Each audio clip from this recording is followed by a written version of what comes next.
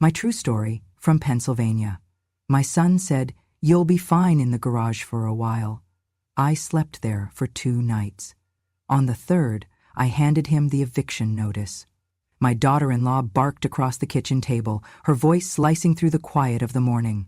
"Listen, old hag, in the house, you're suffocating us. The garage is the only way this family can breathe. Think of it as a test of endurance. If you survive the winter out there, we might reconsider." My daughter-in-law slammed her coffee cup down so hard it rattled the saucer.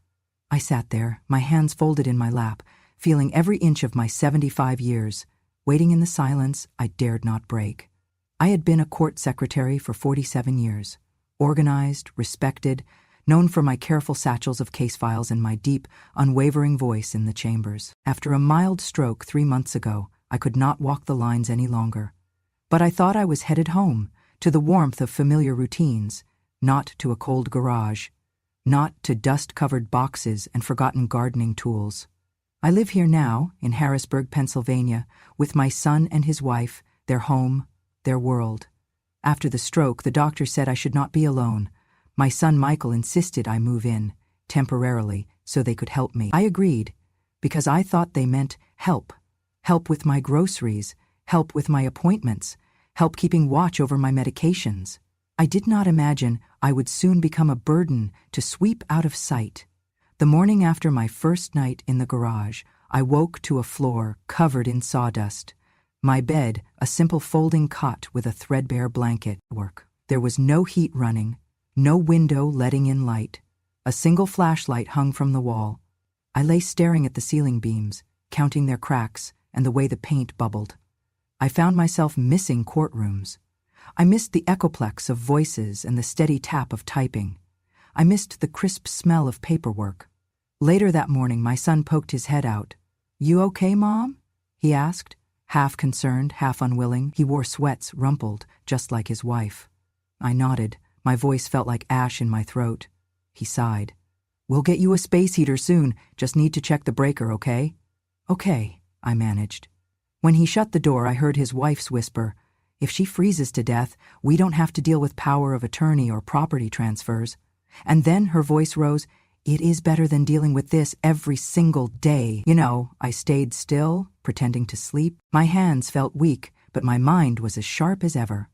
I remembered filing warrants, turning pages of testimonies, managing courtroom schedules for 80-year-old judges with tremors. I had never felt so useless. I got up and found my robe hung over the garage door. I wrapped it around myself and sat on the cot, hands in my lap, breathing in the smell of cardboard boxes and rusty tools. I wondered what they used me for before. Had I become a reminder of aging and dependence? The second night was colder. I pulled the thin blanket over me and prayed I would not wake shivering into the middle of the night. I thought of my husband, of his laugh, the way he held me when I cried about the stroke. I thought of our small apartment, now sold, of the courtroom corridors I would never walk again, of every dusty document I signed in steadier days. Morning came again with a low, chirping sound that startled me awake. My phone. I had hidden it in the glove compartment of their car before moving in. I answered. It was my niece, calling from Baltimore. "Aunt Eleanor, how are you feeling?" she asked, kindness on the line. "I'm managing," I said softly. Her voice quivered. "You sound cold, physically cold. Are you safe?" I swallowed. "I'm safe," she said. "Mom told me you were staying in the den." I paused. I sleep in the garage." There was a long silence, then, "Mom, that is illegal. You should not." She hung up. I closed my eyes. Legal. I had been so concerned with being polite, with not making trouble, with showing gratitude, but gratitude sits in a comfortable chair by a warm fire. This was gratitude in shivers. That afternoon I kept busy. I found the small toy trunk we had brought with my granddaughter's childhood blankets. I lined my cot with one of them. I folded the blanket neatly and placed it next to me. I turned the flashlight so it faced the cot rather than the shelves, giving a small sense of sanctuary. But the truth was, I was not welcome, not safe, not at home. That evening, I heard them through the wall vent. Michael's cringe of frustration burned through me. "I can't believe she's still alive," he said. "Are you hearing that?" his wife replied, softly but audibly. Better alive than with power of attorney to sign, taxes to file, emotional breakdowns of our own. You aren't ready, he said. We have to wait till the lawyer says she's incompetent. I pressed my ear to the vent. Competent. That word, they were preparing paperwork while I lay freezing because they had the money and they wanted control. I curled onto my side, eyes closed, tears pooling in the shadows. This wasn't grace. It was judgment. This wasn't family. It was a cold calculation. I prayed that night to not freeze. I prayed my mind would remain intact. I prayed that somewhere someone would see what was happening. I remembered my days at the courthouse, the clack of gavel, the rustle of legal briefs, the authority in my hands. I still had words. I still had clarity. I still had enough to act. Those 2 nights in the garage were a trial of endurance. They wanted silence. They thought I would disappear behind dust and shadows. But I learned something vital. Survival doesn't mean you have to stay silent, and endurance doesn't have to be compliance. And that realization was the spark that carried me into the next morning, when, on the 3rd dawn, I would walk into their dining room, clear-eyed and composed, and hand them the eviction notice, signed by my lawyer and endorsed by a retired judge who knew me well, a judge who remembered what justice felt like, even when it was served from a cold garage. The first night in the garage was colder than I expected. I had layered on every sweater I could find, pulled the rough blanket tight across my shoulders, and tried to ignore the draft seeping under the door that connected the garage to the main house. Every sound outside, the rustle of leaves, the distant hum of traffic, seemed magnified through the walls. My bones ached from the cot's metal bar pressing against my spine. I curled into myself like a wounded animal, waiting for the night to pass. But it wasn't just the cold that kept me awake. It was the memories. I thought about Michael as a boy, his wide eyes when I packed his lunch, the way he used to hug me after every spelling bee, even the ones he didn't win. I remembered working double shifts, typing court records until my fingers were numb so he could have new shoes and piano lessons. I remembered scraping together money for his college tuition when his father's pension ran out, sacrificing my own vacations so he could study finance in a university 3 states away. And now, here I was, shivering in his garage like a forgotten piece of furniture. The next morning I sat on the edge of the cot, my knees stiff, my breath visible in the air. I poured a little water from the thermos they'd left me, lukewarm, barely enough to soothe the tightness in my chest. There was a bowl of rice porridge on a tray beside it. Cold, no spoon. I used a plastic fork from my purse. I waited until I heard them leave before I slipped out the side door and walked slowly to the mailbox, just to move my legs. My joints screamed, but I kept my back straight. That afternoon, through the small cracked window near the top of the garage door, I watched them return, with friends. They carried grocery bags full of wine, chips, party platters. Laughter echoed through the driveway. It was a birthday. I had forgotten. Michael's wife turned 42 that day. From the garage I watched them gather in the living room. Through the curtain gap I saw them pop champagne. Someone brought out a cake. A banner was taped across the wall. "Happy birthday, Rachel," it read in gold. No one came to the garage to check on me. No one brought me a slice. That night, I coughed until my throat stung. I tried not to make noise. I wiped the blood with my sleeve, then tucked the cloth under the mattress so no one would see. I did not knock. They had made it clear. I was not to interrupt their family life. Around midnight, I heard footsteps on the back porch. The walls in the garage were thin near the water heater. I pressed my ear to the spot and held my breath. It was Michael, talking to someone on the phone. His voice was low but sharp. "She's still here, yeah. I thought she'd last 2 days, tops." Pause. "No, we can't move forward until we have proof she's not competent. The lawyer said once we get 2 more medical reviews, we can apply for full guardianship." Another pause.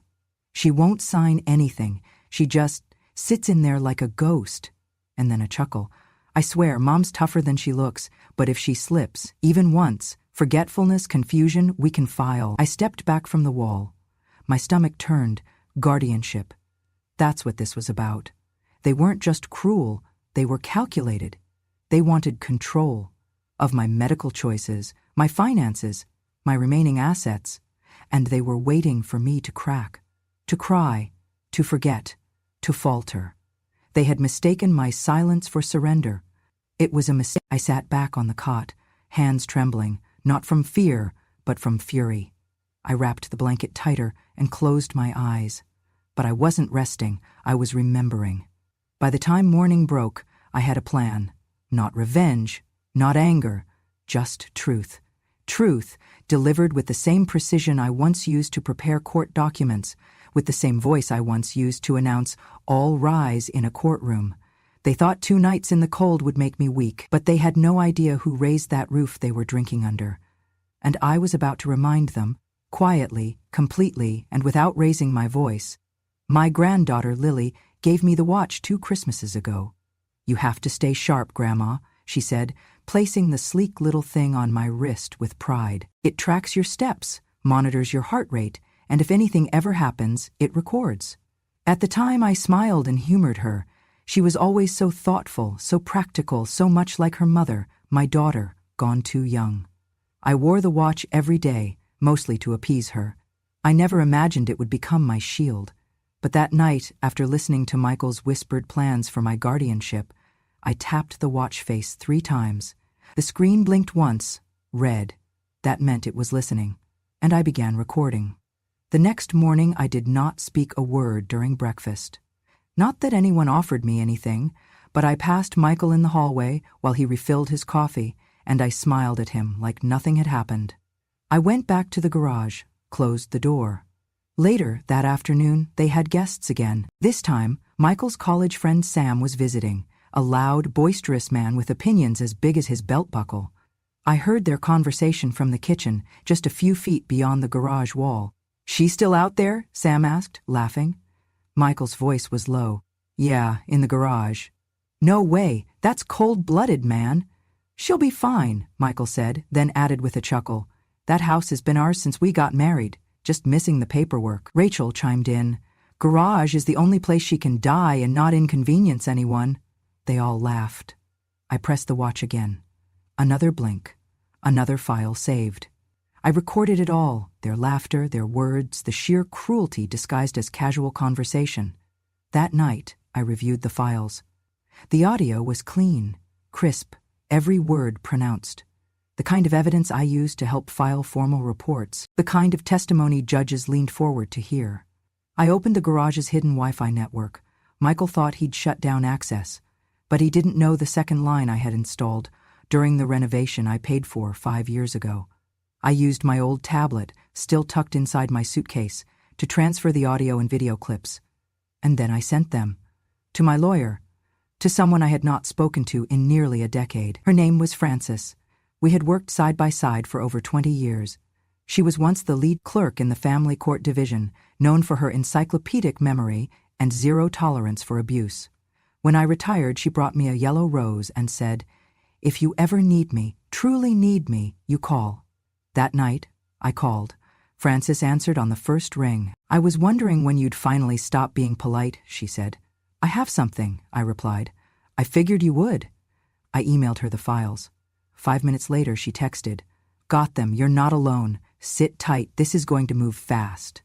And just like that, the temperature in the garage felt a little less bitter, because Justice had heard me, and it was getting dressed.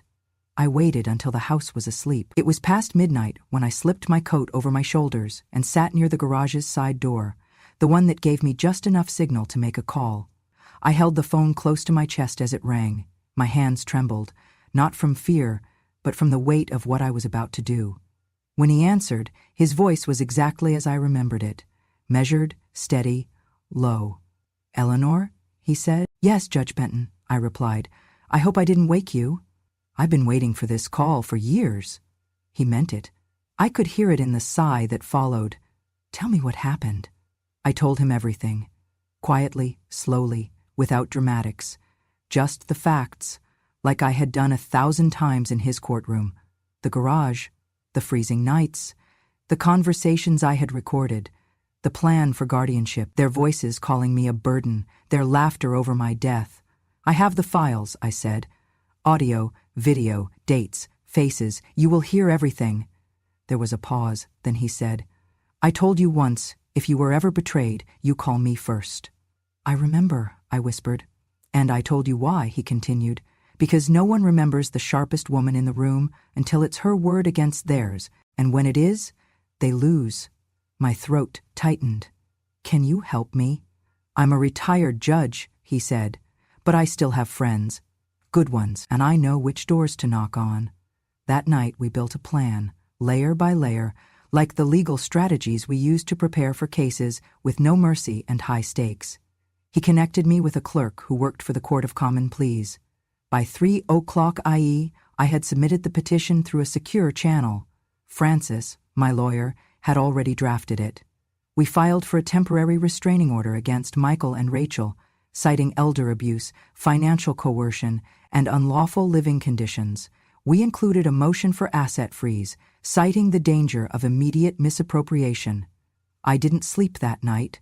I didn't lie down. I sat on the edge of my cot, my robe pulled tight, my eyes fixed on the shadows dancing across the garage wall. At 7:13 a.m., my phone buzzed. Order granted. Emergency injunction approved. Enforcement within 12 hours. 12 hours. That was all I needed. By 9:00 a.m., Francis had already contacted a court-appointed officer and local law enforcement. My name was cleared from dependent status in any medical evaluation Michael had submitted. A forensic auditor was assigned to review the financial activity on my accounts.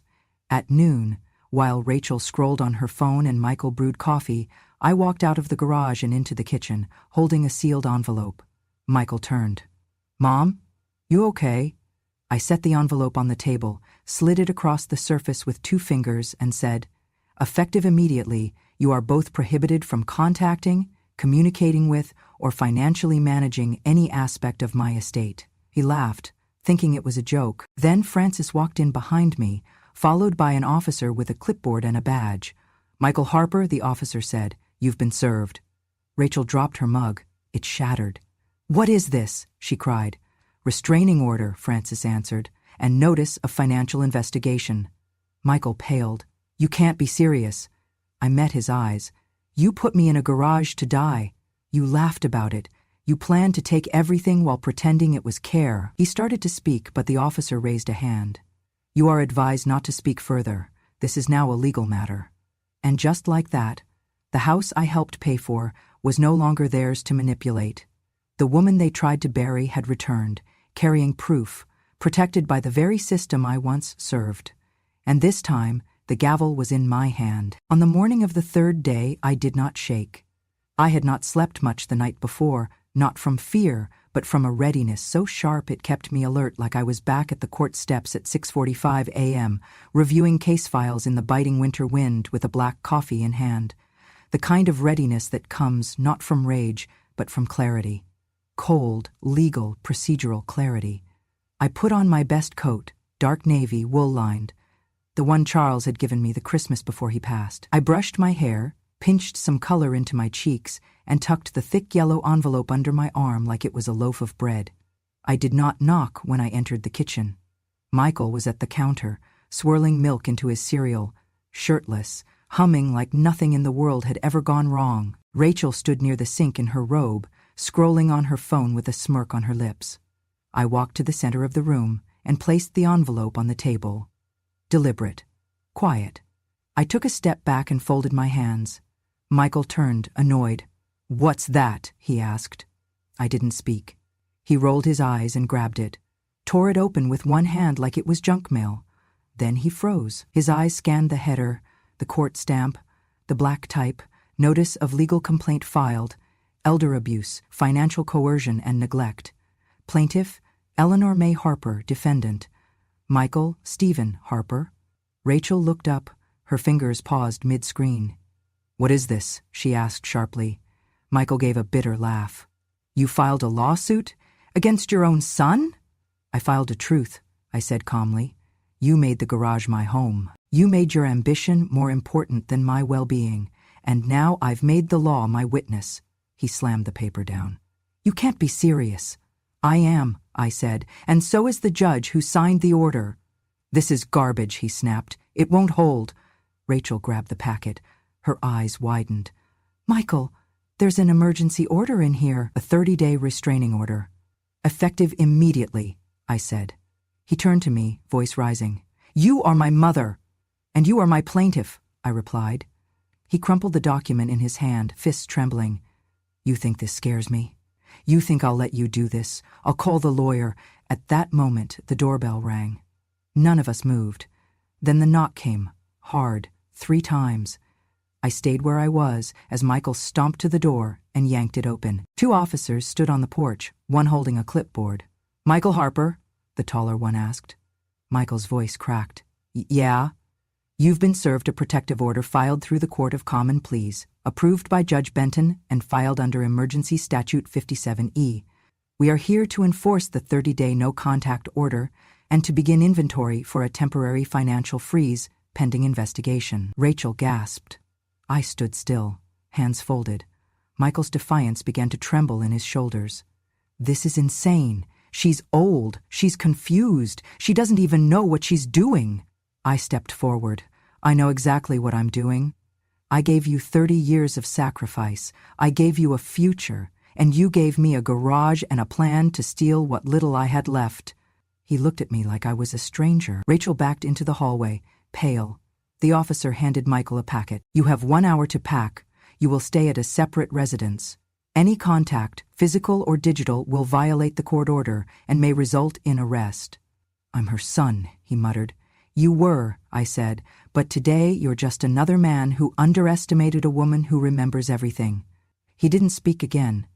They left in under an hour. The garage sat empty by nightfall, and I, wrapped in the same coat Charles gave me, finally sat at the kitchen table, in the chair they once said I wasn't welcome in, and opened the window to let the cold air in, not because I had to, but because I chose to.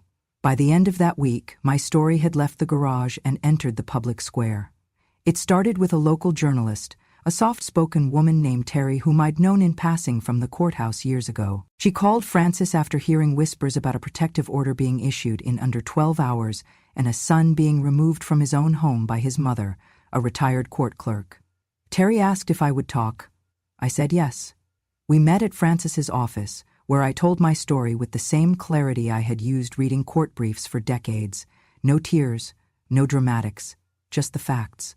The recordings, the dates, the blanket, the blood I coughed into my sleeve, the birthday party behind a wall, the laughter that followed their plan. The article hit the local paper 2 days later with a headline that made my heart stop. "Mother sleeps in garbage, takes son to court, and wins." The subhead read, "Retired clerk files elder abuse charges after being forced into freezing conditions.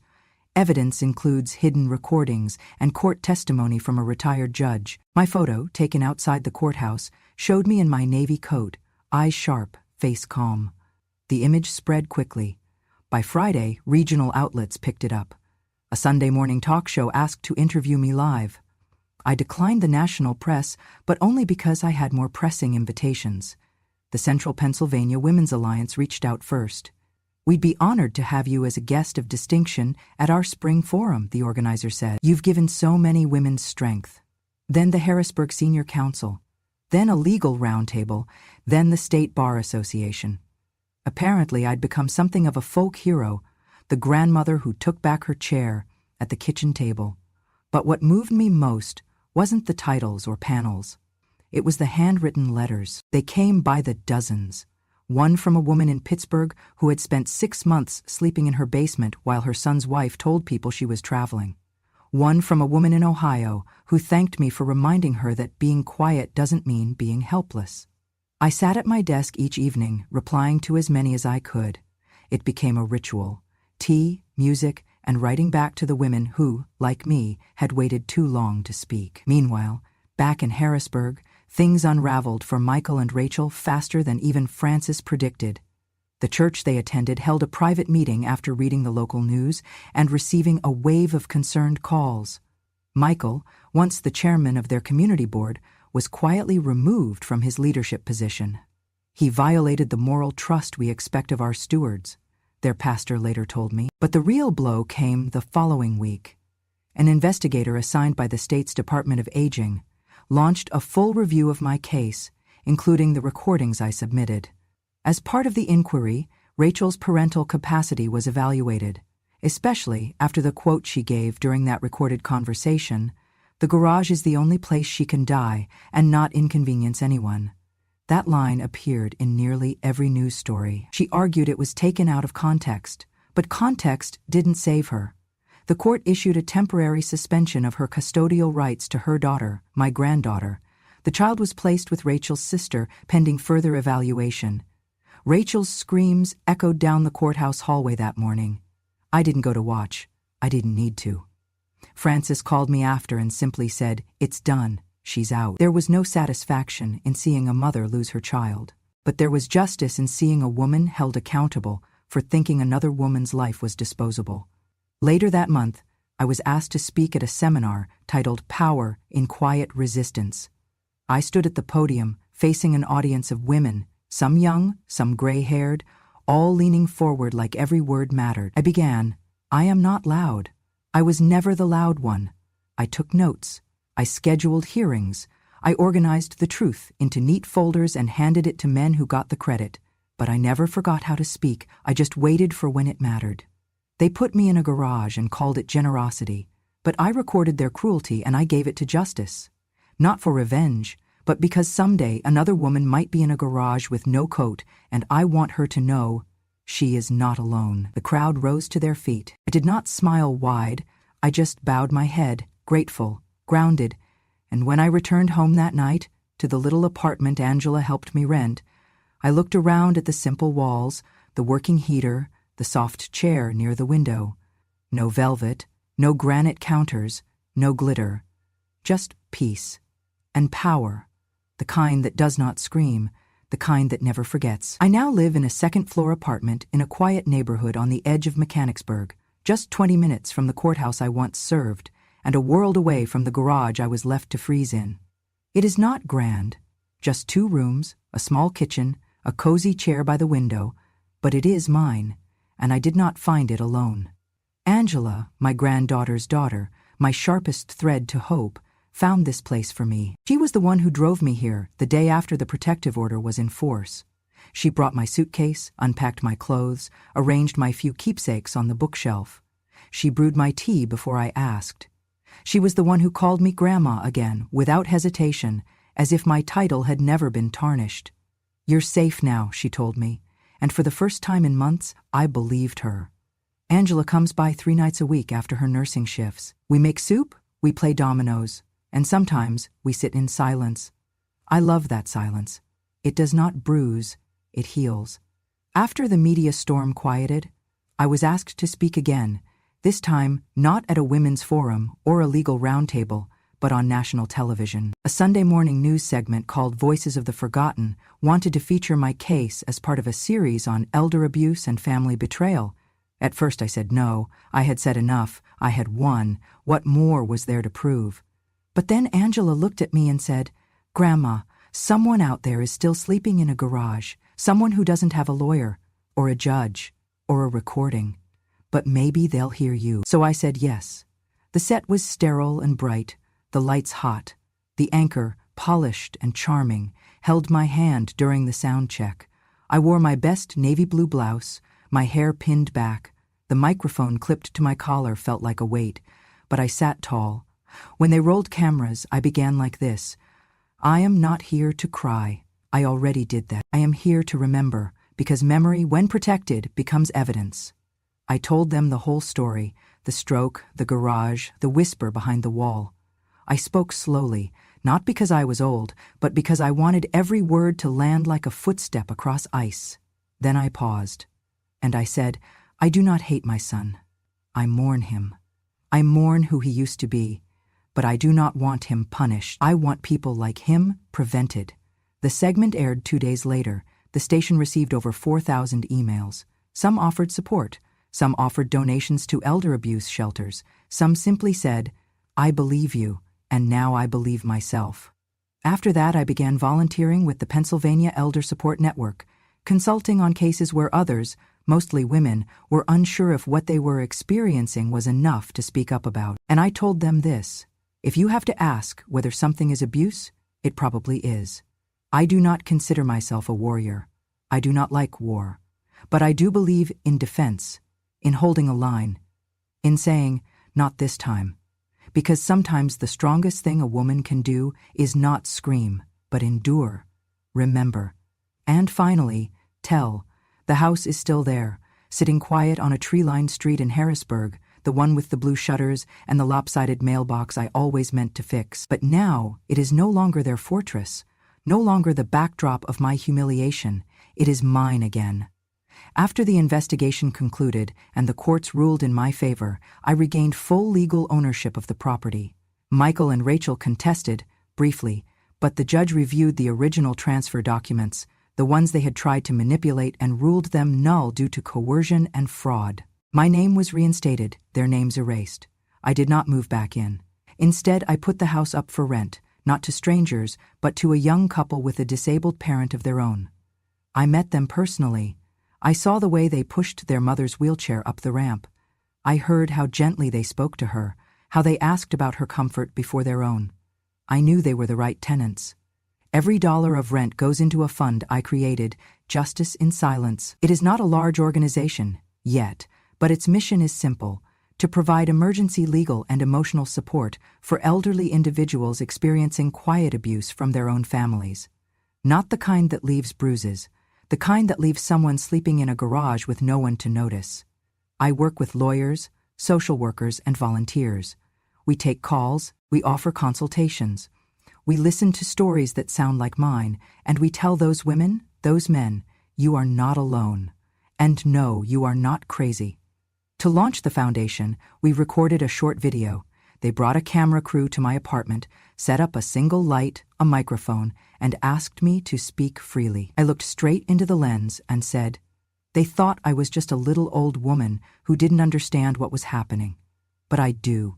I understand contracts, I understand silence, I understand the law, because I wrote it, filed it, enforced it for 47 years. They thought they could leave me in a garage, but I turned that cold into evidence. I used to be a mother who cooked dinner and folded laundry. Now I am a woman who issues consequences. Justice doesn't always roar. Sometimes it whispers. Sometimes it watches. And when the time is right, it stands up. The video now plays on our foundation's homepage. It has been viewed over 500,000 times. I still live simply. My days are quiet. But now, when I sit by the window with my tea and hear the laughter from the street below, I smile. Because this isn't the story of how I was mistreated, it is the story of how I remembered who I was, and became the judge of my own ending. After everything, after the restraining orders, the interviews, the foundation launches, I began writing letters, not to lawyers, not to reporters, to them, to Michael, to Rachel, and most of all, to my granddaughter. I had no illusions. I did not write out of sentiment. I wrote because there were things that needed to be said, clearly, calmly, permanently. The letter to Michael was 3 pages long, typed, signed, delivered by certified mail. I began it simply.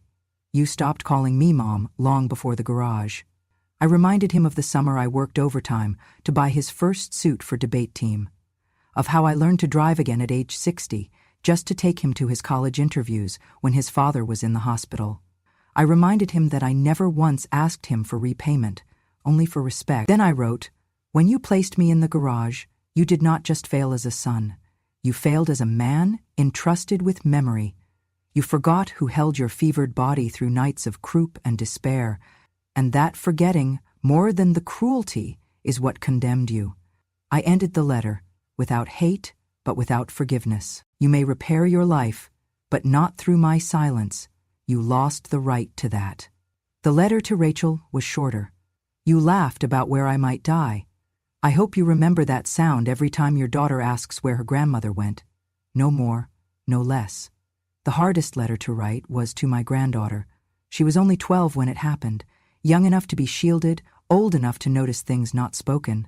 She had slipped a folded card under the garage door the second night. I still have it. I'm sorry if I was mean. I love you. Maddie. I did not answer then.